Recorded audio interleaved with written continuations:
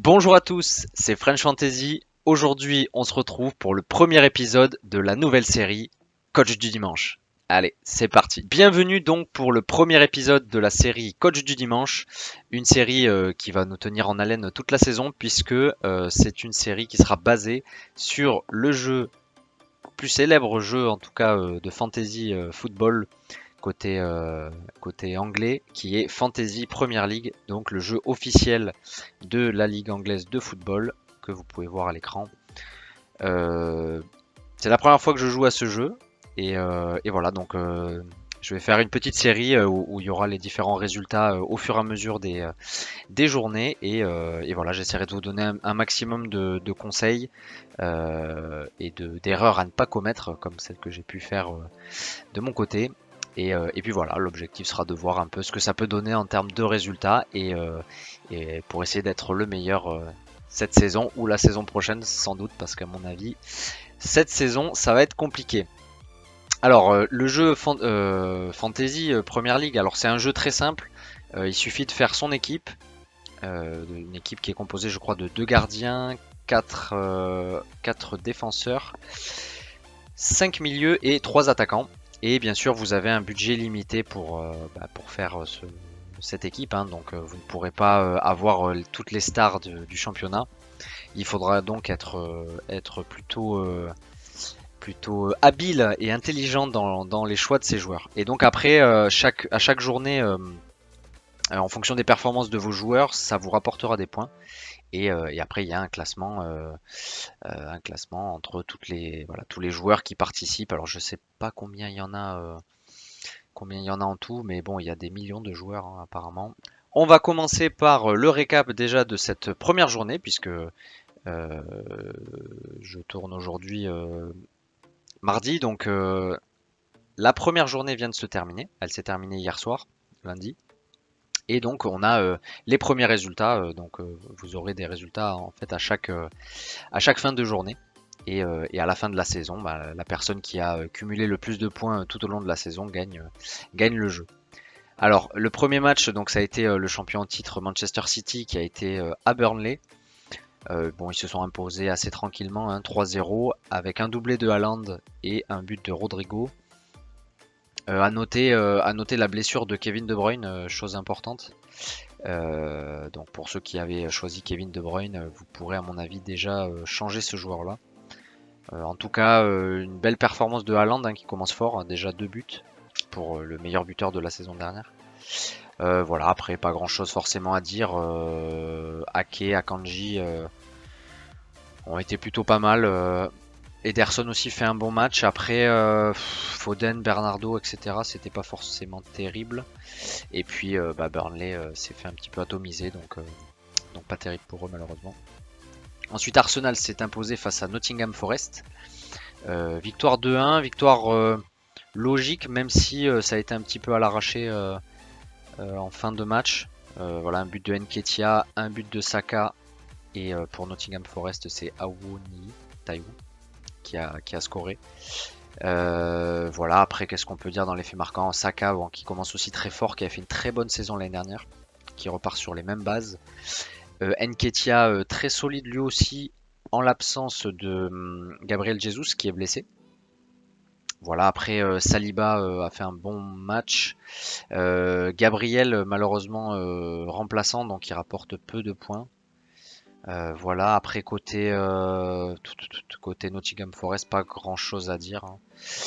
Pas grand chose à dire. Ils ont un peu subi le match. Taiwo qui met un premier but, c'est quand même déjà pas mal. Ensuite, Bournemouth West Ham. Match plutôt serré, un partout. Bon, ils ont eu chacun leur temps fort. Jared Bowen qui marque pour West Ham, un magnifique but. Et Dominique Solanke, l'attaquant de Bournemouth, qui égalise.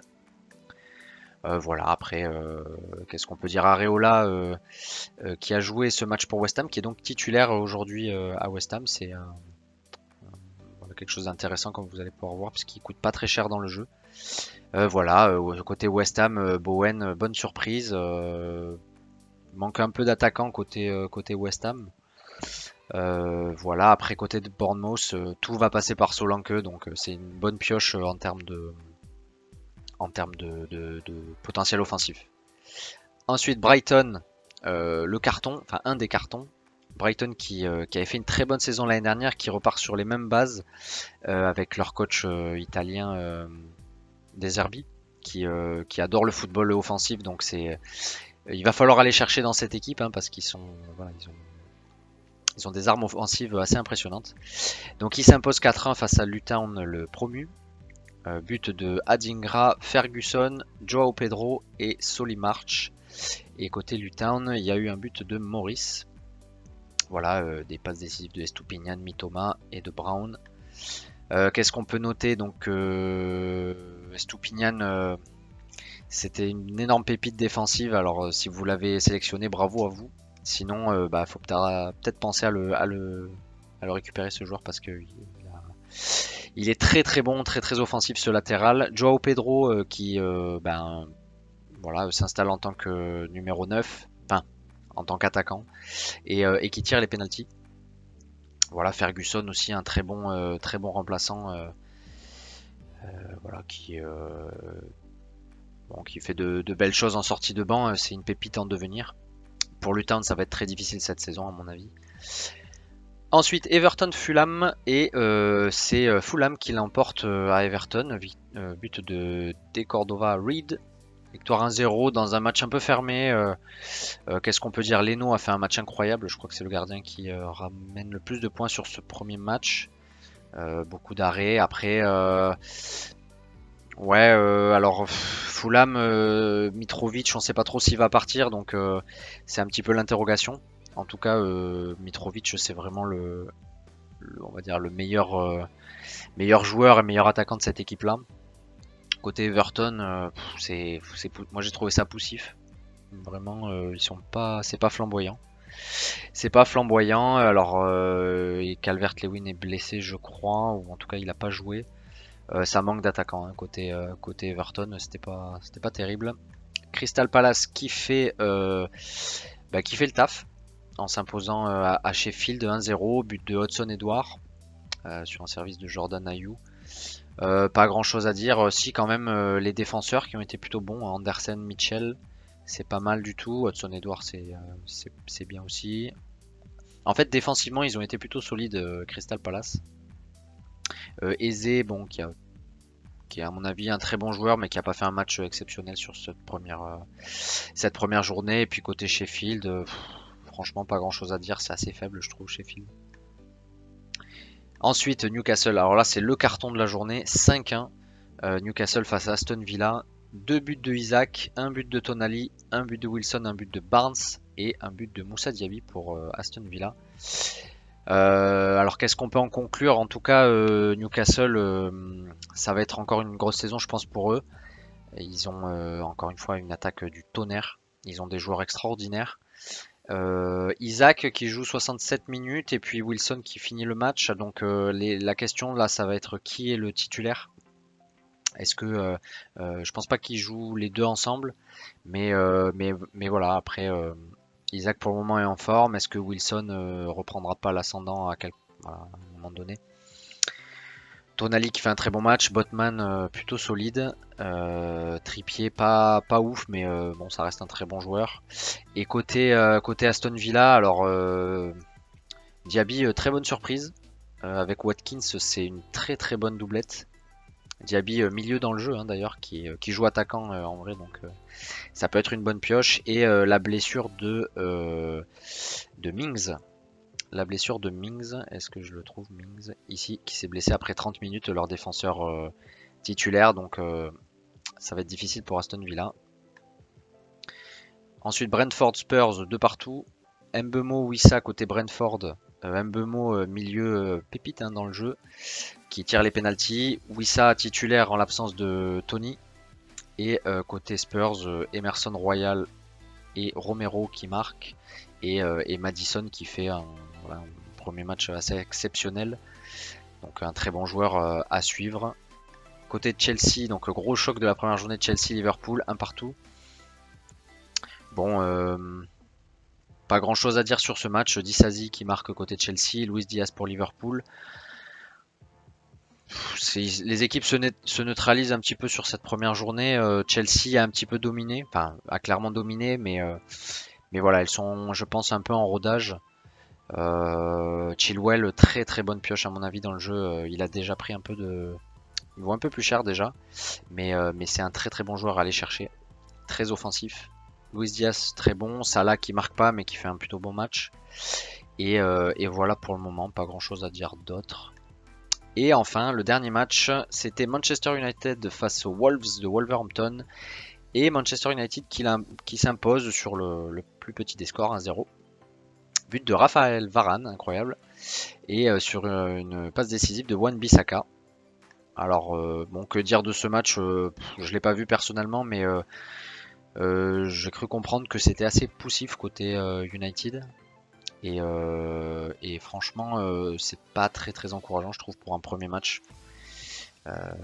Voilà, Rashford, Fernandes, ça n'a pas été transcendant. Après, c'est un premier match, donc voilà. Et donc, tout de suite, je vais vous montrer l'équipe que j'ai choisie pour la première journée. Donc, avec les bons et les moins bons côtés de cette équipe. Donc voilà, donc au goal, j'avais pris Steele de Brighton, le goal titulaire qui vaut pas très cher. Alors attendez, je vais vous mettre. Est-ce qu'on va voir au niveau des transferts. Voilà, donc Steele, 4,5 crédits, donc pas très cher du tout. Titulaire à Brighton, qui défend plutôt bien. Areola côté West Ham. Aussi 4 crédits, c'est pas France, c'est pas franchement très très cher dans ce jeu, donc c'est les bonnes pioches à mon avis sur les gardiens. Il y a Leno qui a été exceptionnel à 4,5. Bon, c'était lui la bonne pioche en tout cas sur cette première journée. Onana était pas mal aussi à 5 crédits.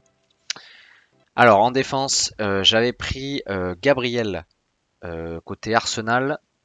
Malheureusement, il a été mis sur le banc par Arteta, alors que c'était un titulaire indéboulonnable la saison dernière. Donc un peu déçu. Et Arteta a dit que c'était un choix tactique. C'est voilà, par rapport à l'adversaire de Crystal Palace. Non, pardon, pas Crystal Palace. Que dis-je?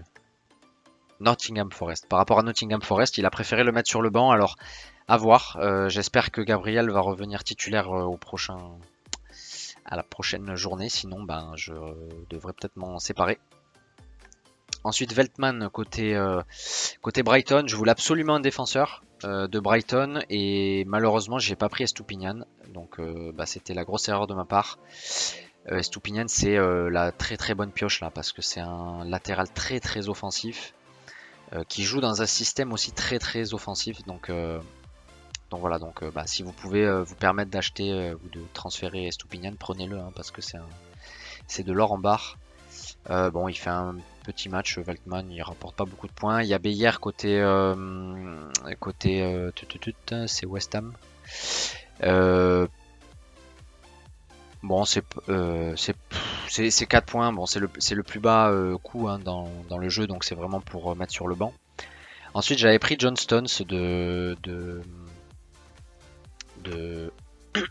Manchester City et je pensais qu'il aurait été titulaire et il l'a pas été. Donc ça c'est un petit peu dommage. C'est un petit peu dommage. Alors là il est dans le groupe pour la Super Coupe. Donc à voir. Je vais regarder, essayer de suivre ça s'il joue à la prochaine journée. Sinon pareil c'est un mauvais choix. Ils ont pas été. Enfin lui il a pas joué du tout donc faudra que je m'en sépare. Et ensuite Botman côté Newcastle.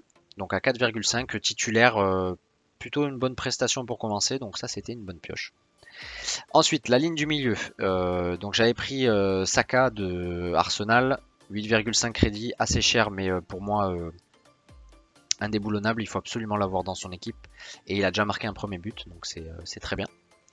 Ensuite, Mitoma, la petite pépite de Brighton, qui est pas très très cher, 6,5 crédits, c'est pas mal. Il a pas marqué sur le premier match. Il fait une passe décisive quand même, bon, c'est pas dégueu. On parlait un peu de lui là sur des transferts potentiellement à City, donc à surveiller, à voir si S'il est transféré, s'il est transféré, je pense que je l'enlèverai. Ensuite, Raheem Sterling. Sterling coûte cher, 7. Et je pensais qu'il démarrerait un petit peu mieux. Il a fait un match catastrophique, il n'a pas été terrible du tout, donc un peu déçu. Mais il faut savoir que Chelsea a sans doute le meilleur calendrier sur la première partie du championnat, donc bon, on va voir, on va lui laisser la seconde chance et en espérant que la prochaine journée il fasse mieux. Rashford aussi pour moi qui était indéboulonnable côté Manchester United, donc c'était un peu entre lui et Bruno Fernandes. J'ai préféré partir sur Rashford qui est plus offensif pour moi, donc à voir. Bon. C'est raté sur la première journée, on verra par la suite. Et ensuite Son côté Tottenham. Alors là c'était dans la logique du départ de Kane, l'attaquant, je pensais que Son serait tirerait les marrons du feu comme on dit. Et ça n'a pas été le cas en tout cas sur le premier match. Il a été un peu inexistant, assez excentré. Pas forcément trop en forme, alors bon, peut-être qu'il va monter en puissance au fur et à mesure. Je vais lui laisser le bénéfice du doute sur cette journée-là, et enfin sur les prochaines en tout cas. Mais la très bonne option à la place de Son, ça peut être Maddison, qui est à 7,5. Ici, vous pouvez voir là. Maddison en tout cas qui peut être une très bonne pioche. Et enfin en attaque, donc 3 attaquants. Haaland, Erling Haaland qui est le gars à avoir, hein. Il faut absolument que vous ayez cet attaquant là, hein, parce qu'il est vraiment au-dessus de toute la ligue. Donc même s'il vaut 14 points, enfin 14 crédits, il faut pas hésiter à les mettre. Ensuite j'ai pris Watkins qui est pour moi l'un des meilleurs attaquants de la ligue. Il marque pas sur le premier match.